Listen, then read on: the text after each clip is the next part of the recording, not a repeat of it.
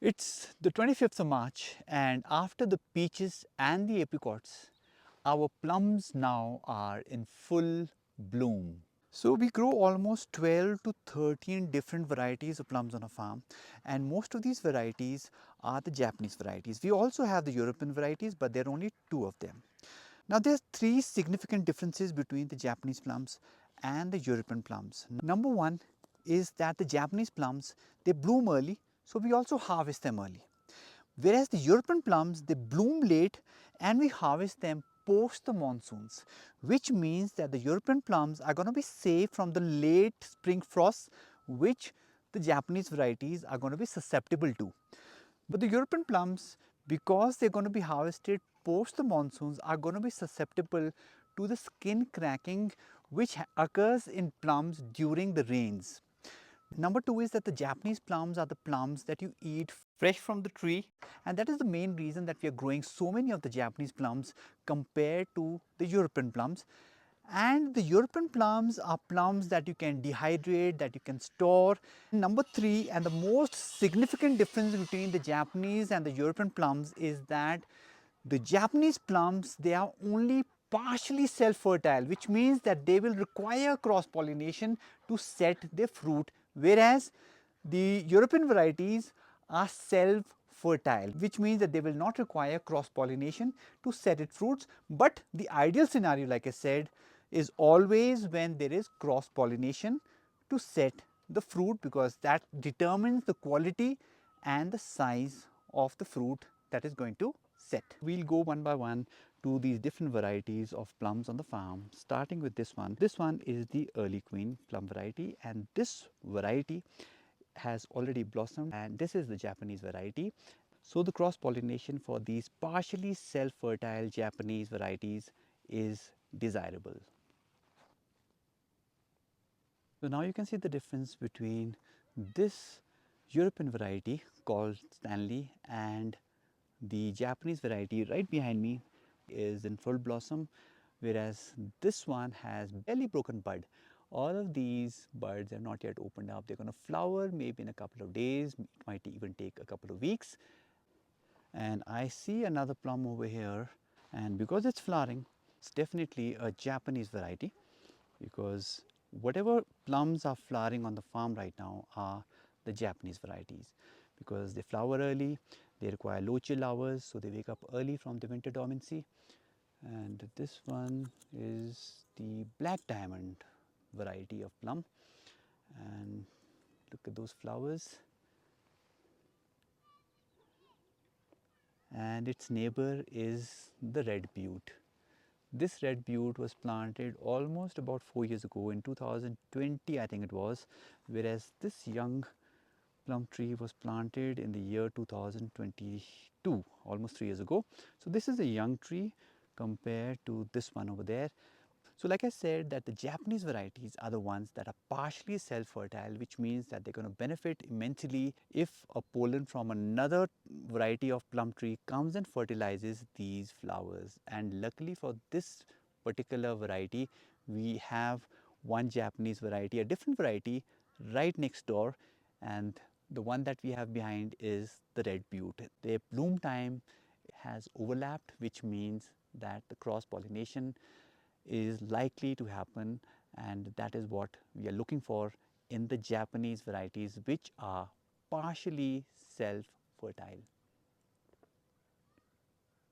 And then we have this tree which bore us nothing at all last year, and you can see the pollination at play over here.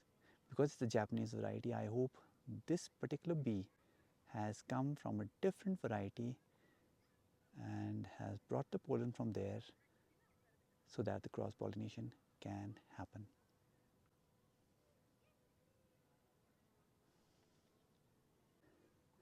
This particular plum tree, which is in full blossom right now, I can see flowers in all the branches from top to bottom. This had not flowered at all last year, so it's a good sight to see this in full blossom this year, and hopefully we should be able to harvest something from it. And the activity of the bees is pretty brisk today because we have a beautiful sun. Its neighbor is the big red, which we had documented a little extensively in the previous videos. Now this is in a stage called the petal drop. These petals have started dropping, and within a couple of days we will know whether any setting has happened, any fruit setting has happened over here. This had bloomed much before the plums. Apricots are usually the first to bloom among all the stone fruit trees, and as you can see, the petals have dropped, and in a couple of days we're going to come here and check what kind of a setting has occurred. As for the cherries, this one is a variety called the Black Star. It has not yet flowered, but it has had what is called, it is in a stage called bud swell stage. These buds are swelling and very soon they're going to burst open. This variety of peach tree had also blossomed much before any other variety, much before even the apricots, because this is a local peach and it still has some of the blossoms on it. I wonder why though, because this had blossomed long time ago. These might be the late blooms, and very soon we're going to come here as well and check for any fruit setting. So this is another variety of plum, again a Japanese variety, easy to tell because it's blossoming. And we have this plum here again. This is the plum that we had not harvested from last year. We did not see any kind of flowers on this tree. This one is the black amber, and we have a lot of this variety on the farm, but none of them had flowered last year. So we are hoping that we get something out of these flowers that have blossomed on this tree. Now you can tell apart different fruit trees by their flower colors. Now they have all very different colors. This one over here, this is the peach tree.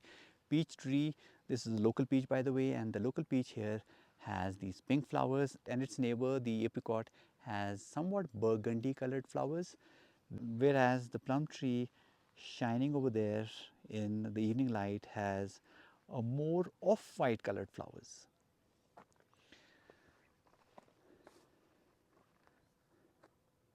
And this is in full bloom, and it is a variety called the red butte. Now this red butte also gave us nothing at all, no show, no flowers at all last year. So this year it's laden with flowers. It's only a 2 to 3 year old tree right next to our pond here, the fish pond, and it has finally blossomed and is showing some sign, some promise of a harvest this year. And now in full blossom mode over here is one of my favorite plum variety called the black gold. Now the black gold last year, it gave us a very prolific harvest, this particular tree as well, and it has this year also performed spectacularly as far as the blossom is concerned, and hopefully we're going to be harvesting a lot more black gold plums from this tree. Now this tree over here, this plum tree right above the wood chipper here, has given us some flowers for the first time, and this one is called the Friar variety. We have not tasted any of the plums because this did not flower last year, and this year it has flowered completely top to bottom, and hopefully we should be able to harvest some of the plums. Its neighbor, the cherry, has not even had a bud swell. This particular variety here is, let me see, is called the Sonata. No bud swell, no sign of bud swell, unlike the other cherries which at least has had some kind of a bud swell. This is a low chill variety apparently. Anything which takes its own sweet time to wake up from its winter dormancy, any fruit tree which takes their own sweet time to wake up from the winter dormancy, are varieties that require long chill hours in winters, and those are the ones that are more cold hardy. They are perhaps more suitable to our part of the world. This is the apricot called the Permaculture. Now as you can see the flowers over here, because it flowered before the plums. Now some of them might have already been fertilized and the petals have dropped, whereas its neighbor, the plum, is now in its period of full blossom. This particular variety is the It's the black amber plum, and I have also not tasted the black amber from my farm because there was no flowering whatsoever on the black amber trees on the farm. And right opposite the black amber on the second row here we have a variety of plum which is certainly a European variety because it has not woken up from its winter dormancy. I don't even see the bud swell on it. This is the Stanley variety. So now, unlike the Japanese plum, the European plums are self-fertile, which means that this can fertilize itself and it does not really require blooms from another tree to fertilize its flowers. The ideal scenario is cross-pollination always, even for trees that are self-fertile. So as you can see, this looks completely dead. This has not woken up from its winter dormancy even, and we are going to come to it in a couple of weeks when it starts to open up its buds and start to flower. So as you can see, there's a stark difference between this plum tree and this plum tree on the other terrace opposite. This is in full blossom, whereas this particular European variety has not had even bud swell. Now this plum variety that we have on the farm has not yet had a full blossom. This seemed to be a late blossoming variety, and this one here is the pink jewel. Now this is another favorite of mine apart from the black gold variety. This one, because this is a late harvest variety, so we start harvesting our early harvest varieties of plums almost towards the end of July, and this one is going to be harvested towards mid-September, which means that we have an extended harvest of plums because we have different varieties on the farm which harvest at different times. So that's a good idea, to have different varieties which harvest at different times. Otherwise, if you have just one variety on the farm, they will all come into season all at once, they will come into harvest all at once, and you will have only one season to harvest them all in, 1 month, 1 week perhaps. But over here we have extended the harvest period of plums because we have these different varieties which we can harvest at different times of the year. And the other thing, of course, is that because you have different varieties, this will aid and abet cross pollination. So look at these buds, they are yet to open. And the other thing about the pink jewel that we noticed last year was that it really has a very good sized plum. We measured one of the plums last year and it came up to almost about 250 grams, just one plum, 250 grams. So a good sized plum that you get from it, and we get it in September when there are no plums in the market, but this is a plum that we can harvest from late in the season.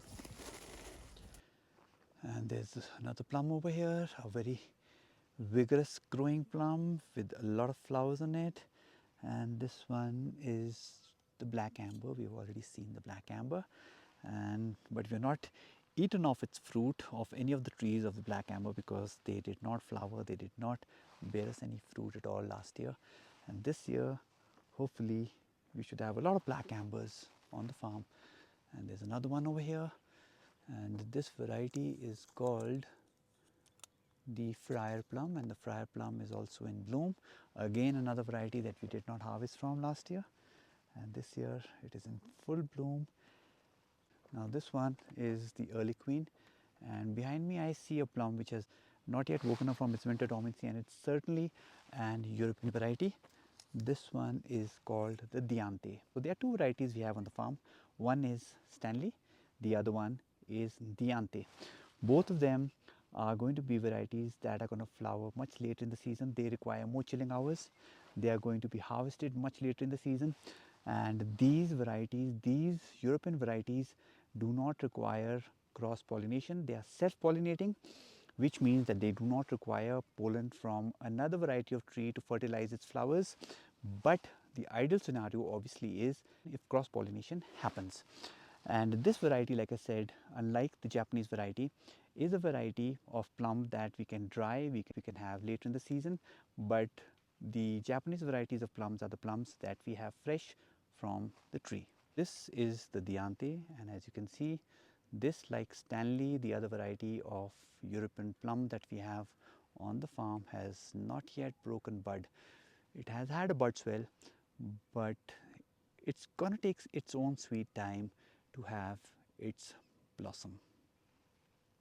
Now, as a contrast, the Diante, the European plum, has barely woken up from its winter dormancy, whereas the Japanese plum behind me, this one called the Early Queen, is in full blossom. Is another variety of plum, and this branch has been crafted upon because we wanted a different variety. We wanted to experiment with a variety, and this variety is called the Mikado Apricot. Now, the Mikado Apricot has been crafted upon the plum tree. Now, that would seem surprising, except that they share the same rootstock. The plum and the apricots, they share the same rootstock, so there is a possibility that the Mikado can possibly emerge over here. Though it seems unlikely this year because we have had a lot of energy being drawn by the flowers, and the flowers are going to turn into fruits. So there's going to be no energy for the development of this particular craft that we have over here. And now we have another fully blossomed Japanese variety of plum called the Black Diamond. It's called the Black Diamond, and I wonder what kind of a look this plum is going to give us, what kind of a plum it's going to bear. Last year we had no harvest whatsoever. These trees, again, mind you, are only 3-year-old. We planted them out in 2022, so this is their 3rd year on the farm, and this year is the year when all of them have blossomed. Look at this peach tree over here. This one has just blossomed, and this is the platyfus. The platyfus, unlike the local peach that we have on the farm, is a late blossoming variety. And this again is the black gold. This is the late blooming variety, but this is a Japanese plum. The advantage is going to be that it's going to not be susceptible to the late spring frost, so it's going to be safe. It shows a lot of promise. Look at these flower buds, and soon these will be blossoming and changing the look of the tree completely. Towards the right of our duck pond, I see a flash of white indicating the presence of the Japanese plums. And lastly, this more than 10-year-old plum tree we called Lucha right in front of our bungalow.